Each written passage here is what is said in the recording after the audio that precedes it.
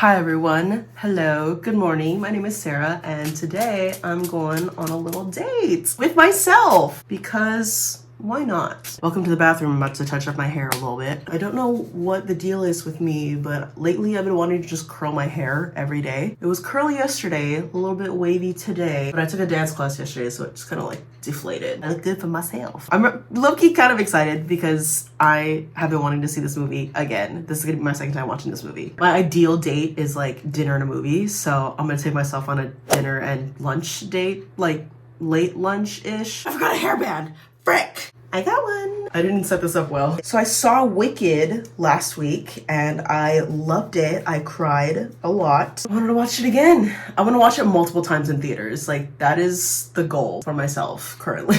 Just to watch Wicked a lot. Just go take myself on a little date and cry. But instead I'm doing it for content. Just want to take you along with me.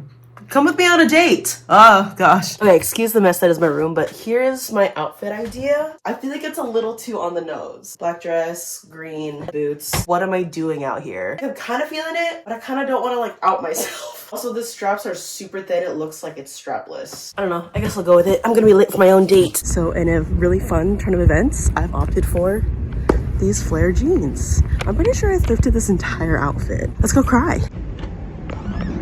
Go. I think it's just me and one other person in this theater. I realized that my outfit is making me feel a little too mature. Although I'm like in my 30s, it's like, why am I like this dressed up for a business meeting? It's not a business meeting. I'm going to see Wicked with peanut M&Ms.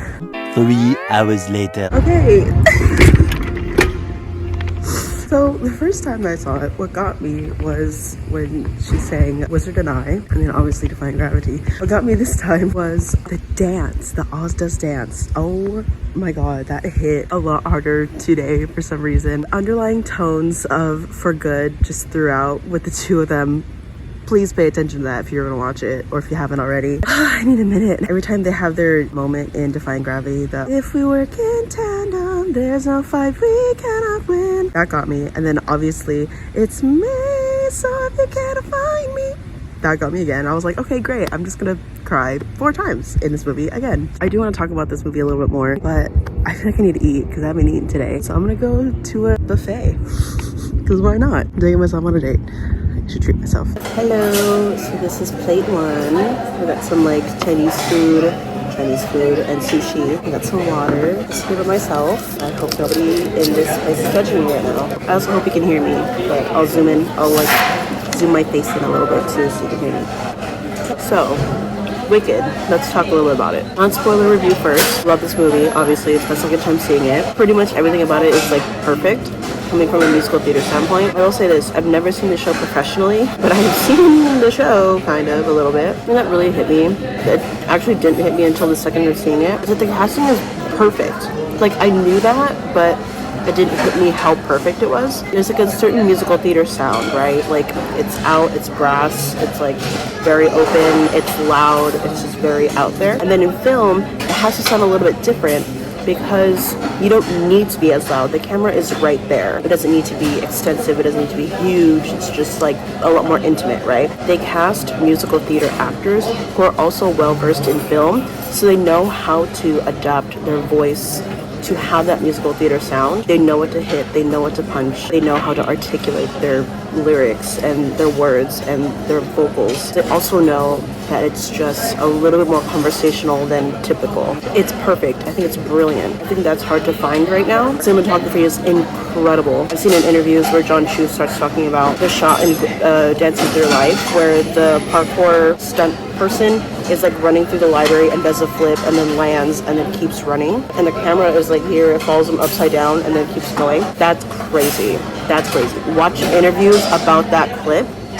Insane. There's moments in the Emerald City where Elphaba, I don't know how tall Cynthia Erivo is, but Elphaba looks small. The confrontation with her and the wizard, I don't know if this is a spoiler, but confrontation between her and the wizard, it's a little bit of like a downward angle, so she looks small, but the way she holds her gaze at everyone is so powerful, and I think that's so compelling. I'm sure not everything is handheld, right? Like, the cameraman's not just walking around with the camera. but for some reason you do feel like you're there. I don't know how he does it, but there's like slight movement in the camera that makes you feel like it's actually you in there. It just makes it that much more intimate. It's more immersive in that way. The choreography, okay, from what I understand, Christopher Scott has worked on step-up movies. He worked on Crazy Rich Asians, In the Heights, Teen Beach Movie. Listen, the way this man accents certain movements and certain moments in music, this might be really bad, but honestly, I feel like his choreography is a hit or miss because it works for dance movies. Wasn't my favorite in In the Heights. I'm sorry. I don't think it was bad. It just wasn't my favorite. It just didn't hit well for me. But this movie, whatever he did, he just keep doing that. Ariana Grande is a dancer. Ariana Grande is the dancer. I notice it when she's dancing. She can match the other professional dancers, but also it's not perfect. It doesn't look clean and trained per se, which also tells me that she's an incredible actor because she really embodied Glinda. She kept her posture. She kept her Glinda posture. She was dancing as Glinda. Like, it's not just a dancer. You know what I mean? Like, that's a musical theater actor right there. She has an iconic voice. She has an iconic style of singing. You don't hear that in this movie. What the heck? The color pattern? I'm gonna save it for the spoiler part, but like the color patterns, I'm gonna get into that in a hot second, but oh my god. There's moments that seem like it's trying to be one way in a shot, but you know, like the undertones is saying something else, and John Chu is incredible with that. Like, it's a slight foreshadowing, but also it's telling the story and being part of the story in the moment. What the hell? The fact that everything was sung live, I highly respect that. Oh no, I never spill, so this is crazy. So the movie is like a little over 2.5 hours long, but doesn't feel like it. The pacing is, I thought it was well paced. I can't believe I spilled, I'm so embarrassed. There's so many nods to like the original source material of Wizard of Oz. Like, if you know the show, if you know the timeline of how it intersects with Wizard of Oz, it'll all make sense, and it just makes it that much more brilliant. I'm really excited that a lot of people are really experiencing Wicked for the first time now. Plate number 2 is all sushi because I felt like it. I kind of want to just talk about like some spoilers. So if you don't want any spoilers or you haven't seen the movie yet, skip to this time. First off, the beginning. We're already gonna start at the beginning. So at the beginning, monkeys fly out, right? And then you like oversee where Elphaba's living, I guess. It's right over where she's singing at the end of Wizard and I, when she's like, and she's like over the like white cliffs and stuff, and there's just like nothingness, and I think they call it like the impassable desert or something like that. That's where she ends up residing and hiding. That was strategic. It took me this long to see it, and I was like, whoa. Speaking of Wizard and I, when I was talking about the color paletting, the wizard can redefine her, and like the same glasses there, and it's like rotating and stuff. There's a moment, perfectly timed, where whatever color it is, I think it's like purple or something, cancels out the green. Come on. And magic is an illusion, and the wizard has no real power, so obviously like the movement when Firo is standing with his arms out, that's like a little hidden blue box standing a certain way when he first meets Glinda. Also, speaking of, so you know how Ariana Grande is with Ethan Slater? The first time I saw this movie, I was kind of laughing to myself right before I'm Not That Girl. Not because the moment in the scene was funny, but just like knowing the actors themselves, it made it a little bit funnier for me. And this happens a lot in theater, and I think this movie is very theater coded. Cynthia plays Elphaba, and Jonathan Bailey plays Piero, and they're love interests, right? Both of the actors are gay. So they're in this movie having to play opposite each other and start to fall for each other when they're clearly not attracted to each other's gender. And I think it's so funny because that happens a lot in theater. Your male lead is gay, but he's like a beautiful tenor, but like he has to play the lead, you know what I mean? If you know the actors, it's just like they're just such good actors, and you just believe that this gay man is attracted to this woman, and vice versa. Like, and both of them are gay. I love that. I love how queer this is. Also, how often is one of the leads dating an ensemble member or a supporting character, i.e. like Ariana Grande and Ethan Slater. Like, that is also just very theater coded, and like showmances, am I right? Just a little subtleties. There was something in Popular. Oh my god. Maybe your secret, but that doesn't make it true. Is that just not absolutely healing? Also, their use of the word good. Good and evil. Not great, not kind, good. And Elphaba in One Short Day calls both of them good. His two friends, two good friends. Come on. She calls herself and Glinda good. Which also I think goes into why, because for me, at the end of Defying Gravity, or like in Defying Gravity, Elphaba's like, Glinda, come with me. Like, for me, it's like, why? Other than just like your good friendship, why?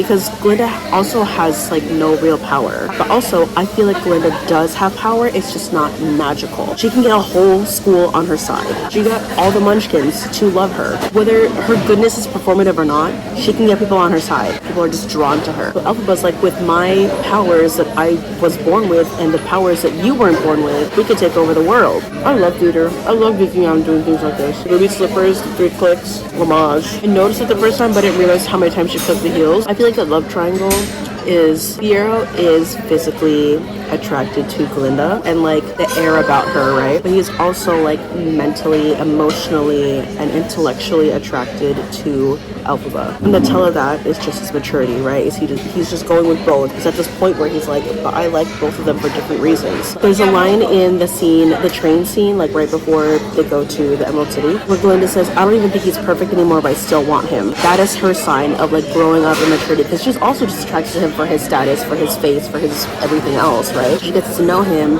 and she likes him a lot more. She's like, oh, he's a good person, he's kind, and like all these good things, all the things he can do for me and just for everybody else. So just see the person that he is, and I think is wonderful. There's a point in a relationship where like you go past the honeymoon stage and you're like, oh, I see the flaws in this person, and you still choose to love them. I think that's where she's at. She's like, I know that you're not perfect, you're just another person like everybody else. I still want you though, and that I think is a form of love that she's never experienced, which is why it's freaking her out. Also, he's obviously not reciprocating, but she doesn't see that because she has rose-colored glasses on. It's so humanizing to see. I love that they display that. It's so good. Also, the character of Fiyero is different in the film than he is in the stage version, which makes me question how they're going to make things happen in Act 2, because there's something in Act 2 that I don't think would be justified anymore. I mean, it could, but like it would be really difficult to justify that in this world now, like the way things are going in part 1 into part 2. If you know what I mean, you know what I mean, but if you don't, like, don't worry about it as long as you're mine. What's the scene around that now? The scene right before Sentimental Man. Elphaba is standing on the west side of that like playing field world that the wizard has. In the scene where they get to Shiz, the line where Elphaba says, oh, this is my sister Nessa Rose, she's a perfectly accessible color, and the girl who's playing Nessa is like a more light-skinned black actress. Again, the casting is immaculate. So the way Nessa Rose is just sitting there, like not just sitting there, but she's just sitting there, she's just being so idle about everything, just letting things happen. Bo and Yang sing, we're gonna go rouge our knees. We're gonna go rouge our knees and roll our stockings down. Also, the wise ones being cast as the wise ones and just fulfilling the prophecy, and just how that all ties in. I don't want to spoil that. That like guard, gatekeeper, person, announcer guy in One Short Day being Steven Schwartz. When cameos are specific and intentional, I think it just takes it to a whole different level. I know this isn't the first time I watched the movie, but it also didn't hit me until the end when Glinda gives Elphaba the cape. Also, I noticed in that scene with like the wizard and the whole confrontation thing, the camera pans to Ariana's reactions, right? Glinda's reactions to a lot of these things. And it didn't hit me until a couple times. Why are they getting close-ups of her? It's important to remember that she's the one telling the story. In the prologue, right, a munchkin asks her, Glinda, weren't you friends? She starts telling the story of Elphaba, but all of what only she knows. So in the scene with the wizard, of course it's going to pan into her. It's going to give her the close-up because it's her story. It's all from just what she knows. It's very JC Superstar, it's very Hamilton, where like the protagonist is the person in the story and it's about them, but the one telling the story is actually the antagonist of the protagonist, which humanizes both the protagonist and the antagonist at the same time. Throughout the whole movie, Glinda is slowly dressing Elphaba to be what she's iconically known for, the hat and the cape. Glinda gives her both of those items of clothing. I think that's so beautifully done because it's also in character for Glinda. It also shows a little bit in their costuming when Elphaba gets the invitation, right? If you notice their outfits, they still have the same color patterns, they still have the same color schemes, right? Elphaba's all in dark colors. She has the white shirt, so she's lightening up a little bit, but the style is very Glinda. Glinda is still light pink, pastel, light, bright colors, but her style is Elphaba. Also in the balloon scene, Elphaba and Glinda get off the balloon and Elphaba says, don't look back, so they just keep running forward. At the end, what does Glinda do when Elphaba flies away? She looks back. So, I will leave you with that. My neck and my back are currently hurting from being sore from class yesterday, as well as leaning over to talk to you. This has been really fun. I hope you're having a good time. I know I am. It sounds really like gaslighty. Like, I hope you're having a good time. I am, but I'm really having a good time. I love geeking out about movies and theater and movie musicals. Like, this is super fun for me.